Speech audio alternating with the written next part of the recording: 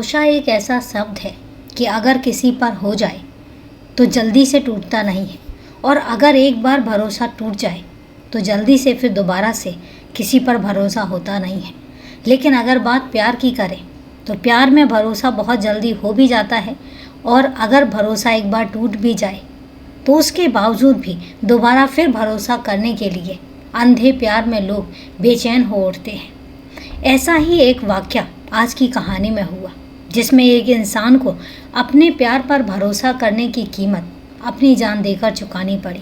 तो कौन था जिसने भरोसा किया, किसकी जान गई, और कौन था जिसने भरोसे को तार तार किया था? दोस्तों, आज जानेंगे पूरी कहानी में। लेकिन उससे पहले नमस्कार दोस्तों, मैं क्राइम चैनल पर आपका स्वागत करती हूं और उम्मीद करती हूं कि आप सब लोग स्वस्थ होंगे, सुरक्षित होंगे। दोस्तों, कहानी में आगे बढ़ें उससे पहले अगर आप चैनल पर नए हैं या अभी तक आपने चैनल को सब्सक्राइब नहीं किया है तो सबसे पहले मेरी रिक्वेस्ट है कि आप चैनल को सब्सक्राइब कर लें, और हाँ, बेल आइकन प्रेस करना ना भूलें फर्दर नोटिफिकेशन के लिए।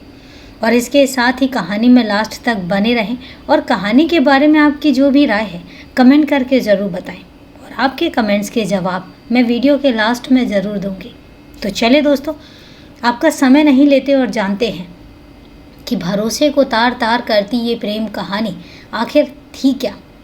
बरेली के प्रेम नगर थाना क्षेत्र के भूर पड़रिया मोहल्ले में रहने वाला योगेश सक्सेना उर्फ मुन्नू नाथ मंदिर के पास रेडीमेड कपड़ों की एक दुकान में सेल्समैन की नौकरी करता था। 1 मार्च 2020 की रात वह दुकान से घर नहीं लौटा तो परिजनों को उसकी चिंता हुई। योगेश का बड़ा भाई अंशु भी घर से बाहर था।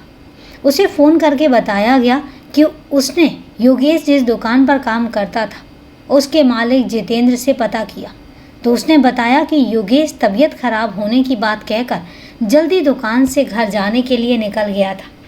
जब वह दुकान से जल्दी घर निकल गया तो गया कहाँ, यह प्रश्न योगेश के परिजनों के सामने मुंह बाए खड़ा था। उसकी काफ़ी तलाश की गई लेकिन उसका कुछ भी पता न चला। 2 मार्च की सुबह बरेली थाना कोतवाली और कुमार टॉकीज के बीच में खाली पड़े मैदान में एक पेड़ के नीचे एक अज्ञात युवक की अधजली लाश पड़ी मिली। किसी ने लाश की सूचना थाना कोतवाली को दे दी। सूचना पाकर सीओ अशोक कुमार और कोतवाली inspector Geetesh Kapil police team के साथ मौके पर पहुंच गए। पुलिस ने लाश व घटना स्थल का निरीक्षण किया। मृतक की उम्र यही कोई 30 से 35 वर्ष की लग रही थी। मृतक के गले और चेहरे पर धारदार हथियार से 4 गहरे घाव दिखाई दे रहे थे। मारने के बाद उसकी पहचान छिपाने के लिए उसकी लाश को जलाया भी गया था, जो कि पूरी तरह से जल नहीं पाई थी। पास में ही मृतक का मोबाइल भी जला हुआ बरामद हुआ। लाश की शिनाख्त के लिए आसपास के दुकानदारों को बुलाया गया। उनमें जितेंद्र नाम का एक दुकानदार भी था। उसने लाश देखी तो वह लाश को पहचान गया, क्योंकि वह लाश उसके शोरूम के सेल्समैन योगेश सक्सेना की ही थी। उसने तुरंत योगेश के भाई अंशु सक्सेना को योगेश की लाश मिलने की सूचना दे दी। सूचना पर योगेश की मां मुन्नी देवी व भाई अंशु मौके पर पहुंच गए और लाश की शिनाख्त कर ली। शिनाख्त होने के बाद लाश पोस्टमार्टम के लिए मॉर्चरी भेज दी गई। इंस्पेक्टर गीतेश कपिल ने अंशु से पूछताछ की तो उसने बताया कि योगेश अपने दोस्त की बहन उमा से फ़ोन पर बात करता रहता था। अपनी कमाई भी उसी पर लुटाता था। कई बार उसे समझाया लेकिन वह मानता ही नहीं था। कोतवाली आकर इंस्पेक्टर गीतेश की तरफ से अज्ञात के खिलाफ भादंबी की धारा 302/201 के तहत मुकदमा दर्ज कर लिया। इंस्पेक्टर गीतेश ने जांच शुरू की। पुलिस ने योगेश के फ़ोन नंबर की कॉल डिटेल्स की जांच की। योगेश के नंबर पर अंतिम कॉल जिस नंबर से की गई थी उस नंबर से रोज़ योगेश की बात होने का प्रमाण भी मिल चुका था। घटना की रात उस नंबर से कॉल आने के बाद ही योगेश दुकान से निकला था। वह नंबर उसकी प्रेमिका उमा शुक्ला का था, जो योगेश के मकान से कुछ ही दूर पट्टी में रहती थी। इसके बाद 3 मार्च को इंस्पेक्टर गीतेश कपिल ने उमा शुक्ला को घर से हिरासत में लेकर कोतवाली में महिला कांस्टेबल की मौजूदगी में कड़ाई से पूछताछ की तो उसने अपना जुर्म स्वीकार कर लिया। पूछताछ में उमा ने बताया कि योगेश की हत्या उसने अपने दूसरे प्रेमी सुनील शर्मा से कराई है। उसके बाद सुनील शर्मा को भी गिरफ्तार कर लिया गया। इन दोनों से पूछताछ के बाद जो कहानी निकलकर सामने आई वो कुछ इस तरीके से थी। उत्तर प्रदेश के महानगर बरेली के प्रेम नगर थाना क्षेत्र के भूड़ पड़रिया मोहल्ले में अशोक सक्सेना सपरिवार रहता था। वह एक प्राइवेट बस ऑपरेटर के यहाँ पर कंडक्टर था। परिवार में पत्नी मुन्नी देवी के अलावा 2 बेटे और 2 बेटियां थीं। अशोक सक्सेना ने अपनी बड़ी बेटी शालिनी का विवाह कर दिया था। इससे पहले कि वह अन्य बच्चों की शादी की जिम्मेदारी से मुक्त होते 3 साल पहले उनकी मृत्यु हो गई। बड़ा बेटा अंशु शादी बारातों में बैंड बाजा बजाने का काम करने लगा। हाई स्कूल पास योगेश नाथ मंदिर के पास ही स्थित रेडीमेड कपड़ों की एक दुकान में सेल्समैन की नौकरी करने लगा।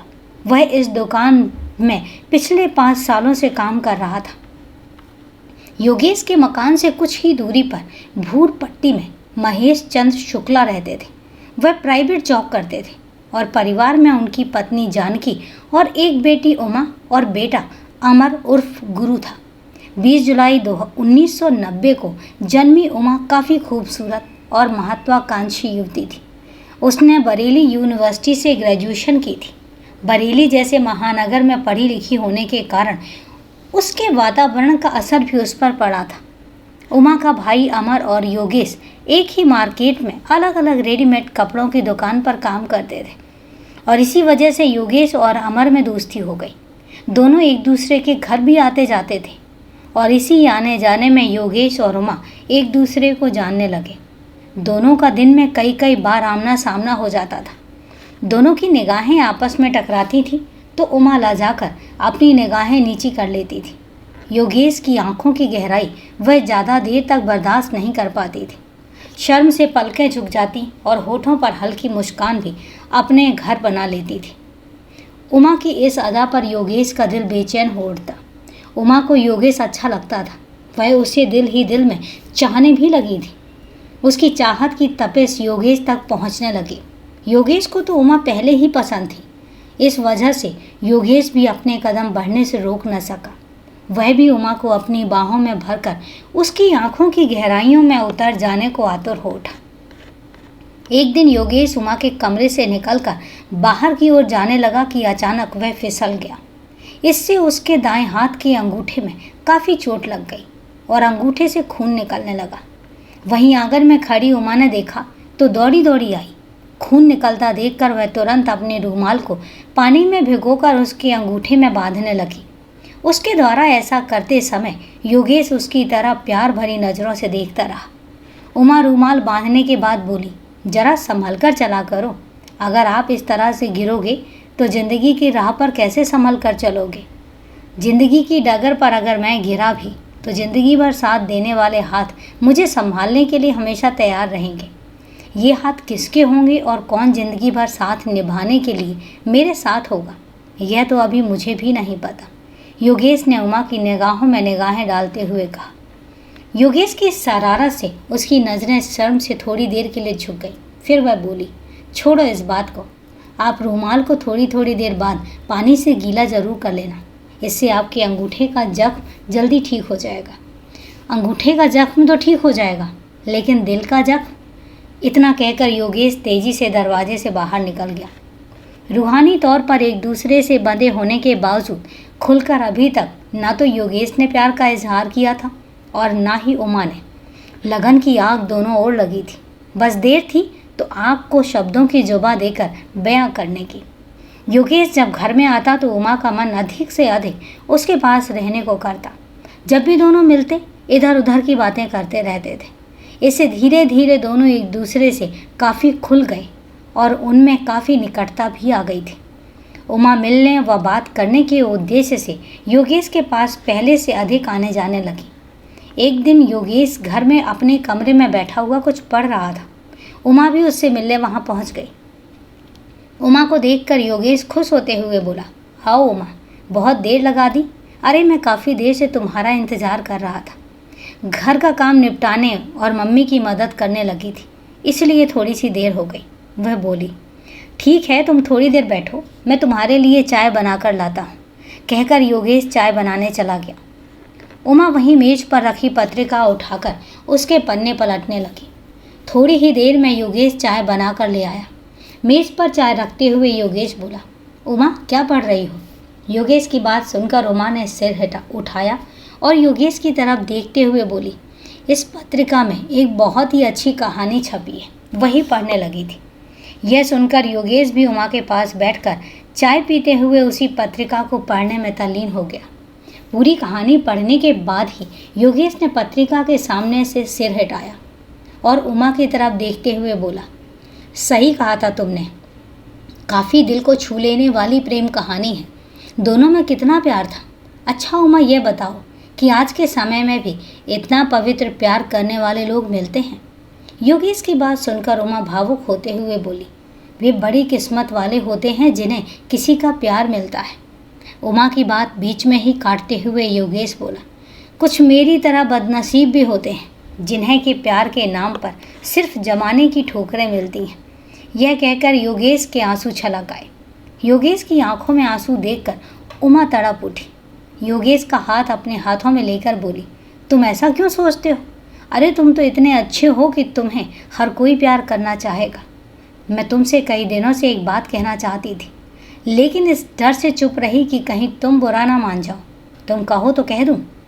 योगेश ने जब उसकी ओर प्रश्नवाचक निगाहों से देखा तो वह बोली, मैं तुमसे बहुत प्यार करती हूँ, लेकिन तुमसे कहने की हिम्मत नहीं जुटा पा रही थी। दिल की बात आज जुबां पर आ ही गई। उमा की बात पर योगेश को विश्वास नहीं हो रहा था। वह उमा की तरफ देखते हुए बोली, क्यों तुम मेरा मजाक उड़ा रही हो? अगर मैं मान भी लूँ कि तुम मुझसे प्यार करती हो तो क्या समाज के ठेकेदार हम दोनों को एक होने देंगे? क्योंकि हम एक जाति के नहीं हैं। जब हम प्यार करते हैं तो इस जमाने से भी टक्कर ले ही लेंगे।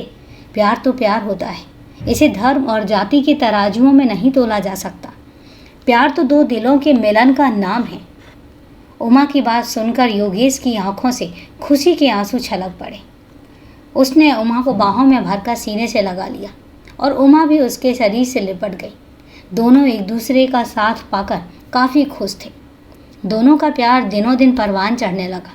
दोनों के परिवारों को भी इस बात का पता चल चुका था। योगेश की बहनों और भाई ने योगेश को काफ़ी समझाया कि वह उमा के चक्कर में ना पड़े, लेकिन योगेश नहीं माना।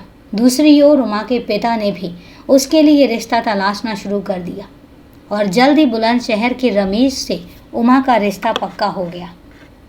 उमा और योगेश कुछ न कर सके, सिर्फ हाथ मलते रह गए। प्रेमिका की शादी किसी और से तय होने पर योगेश पर तो जैसे दुखों का पहाड़ टूट पड़ा। वह दिन रात उमा की यादों में खोया रहता और उसकी कही गई बातों को याद करता। 27 नवंबर 2014 को उमा का विवाह रमेश से हो गया। उमा बेमन से अपने ससुराल चली गई, लेकिन विवाह के बाद उसका पति से मनमुटाव होने लगा। फिर 1 वर्ष बीतते बीतते उमा पति का घर हमेशा के लिए छोड़कर अपने मायके आ गई। इसी बीच उमा ने एक बेटी को जन्म दिया और जिसका नाम उसने सौम्या रखा। उमा अब पति रमेश से हमेशा के लिए छुटकारा पाना चाहती थी, लिहाजा उसने अपने तलाक का मुकदमा भी दायर कर दिया। एक बार फिर से उमा व योगेश एक दूसरे से मिलने लगे। अब योगेश उमा को अपने से दूर नहीं जाने देना चाहता था। किस्मत ने उसे फिर से उमा का साथ पाने के लिए उसे उमा से मिलवा दिया। योगेश उस पर अब अपने से विवाह करने का दबाव बनाने लगा। उमा मायके आई तो वह अपना खर्च उठाने के लिए गंगाचरण अस्पताल के पास स्थित एक कैफ़े में काम करने लगी। इसी बीच उमा की दोस्ती भूड़ पट्टी में रहने वाले सुनील शर्मा से हो गई। 32 वर्षीय सुनील शर्मा अविवाहित था और बरेली के इज्जत नगर में स्थित इंडियन वेटरनरी रिसर्च इंस्टीट्यूट में संविदा पर स्टोर कीपर के पद पर तैनात था। दोनों की दोस्ती जल्द ही प्यार में बदल गई।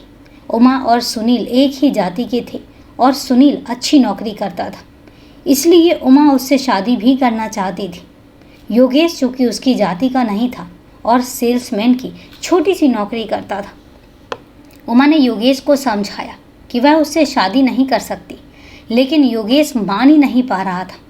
उमा भले ही बदल गई हो और योगेश से के प्यार को भुला चुकी हो, लेकिन वह तो दिलो जान से उमा को अभी भी चाहता था। वह उमा को हर हाल में पाना चाहता था।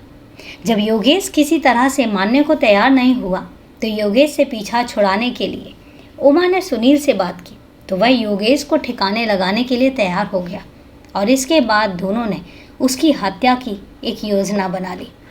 योजना के अनुसार 1 मार्च को उमा अपने ऑफिस में थी। योजना के अनुसार रात 8:30 बजे उमा ने योगेश को मिलने के लिए कुमार टॉकीज के पीछे खाली पड़े मैदान में बुलाया। योगेश उस समय दुकान पर था। वह अपने मालिक जितेंद्र से तबीयत खराब होने का बहाना बनाकर दुकान से निकल आया और कुमार टॉकीज के पीछे मैदान में पहुंच गया।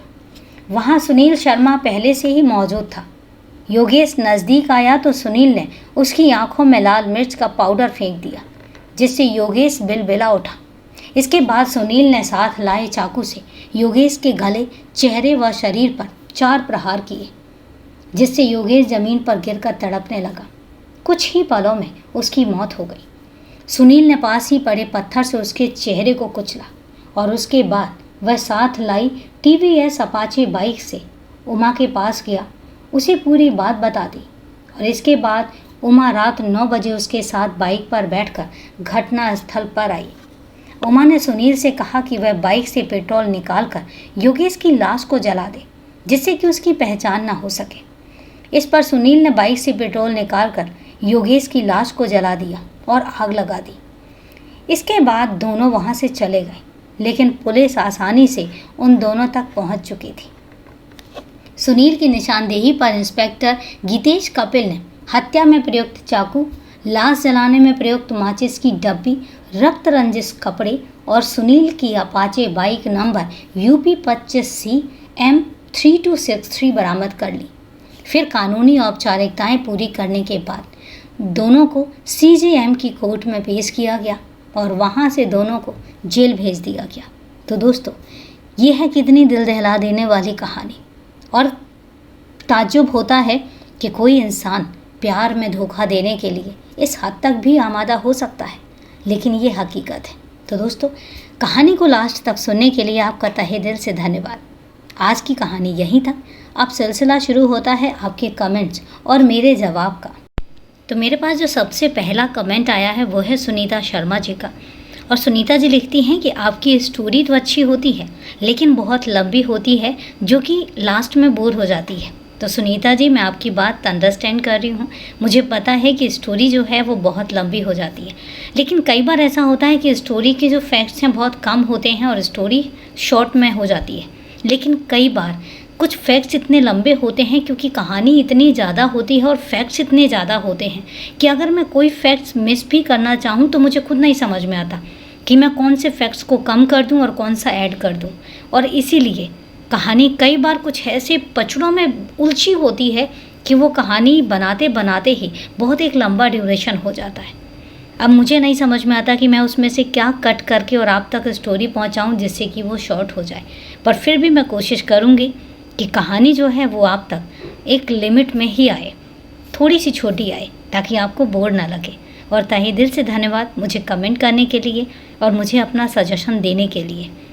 इसके अलावा मेरे पास कमेंट आया है सैमुअल जॉनसन जी का, और उन्होंने लिखा है कि रहमत जहाँ केस जो है वो वेरी इंटरेस्टिंग है एंड डिफरेंट भी है। तो सही बात है, हम नॉर्मली क्राइम की कहानियाँ देखते हैं जिसमें क्राइम, मर्डर, ये सब चीज़ें चलती रहती हैं, लेकिन ये जो रहमत जहाँ की कहानी है कहीं ना कहीं लिटिल बिट इंटरेस्टेड है और क्राइम से थोड़ा सा दूर है। तो तहे दिल से धन्यवाद सैमुअल जी, मुझे सपोर्ट करने के लिए, सहयोग करने के लिए। एंड इसके बाद मेरे पास कमेंट आया है युवराज सिंह जी का। युवराज सिंह जी ने कमेंट किया है कि I was waiting for your story. तो युवराज सिंह जी, तहे दिल से धन्यवाद कि आप वेट कर रहे थे स्टोरी का। और नॉर्मली मैं आपको बता देती हूँ कि मैं एवरी डे स्टोरी जो है वो अपलोड करती हूँ और शार्प 2 PM मेरी स्टोरी जो है वो अपलोड होती है। तो आप शार्प 2 PM, वैसे तो आपके पास नोटिफिकेशन आ जाता होगा, लेकिन नहीं भी आता है तो भी मैं बता देती हूँ कि शार्प 2 PM मेरी जो स्टोरी है वो अपलोड हो जाती है। तो तहे दिल से धन्यवाद आप सबका कि आप लोग इतना सपोर्ट कर रहे हैं, इतना सहयोग कर रहे हैं मेरा। बस ऐसे ही सपोर्ट बनाए रखिए। तो दोस्तों, आज के लिए इतना ही। कल फिर मिलते हैं क्राइम की एक सच्ची कहानी के साथ। तब तक के लिए सेफ रहें, सुरक्षित रहें और अपना ध्यान रखें। जय हिंद दोस्तों, जय भारत।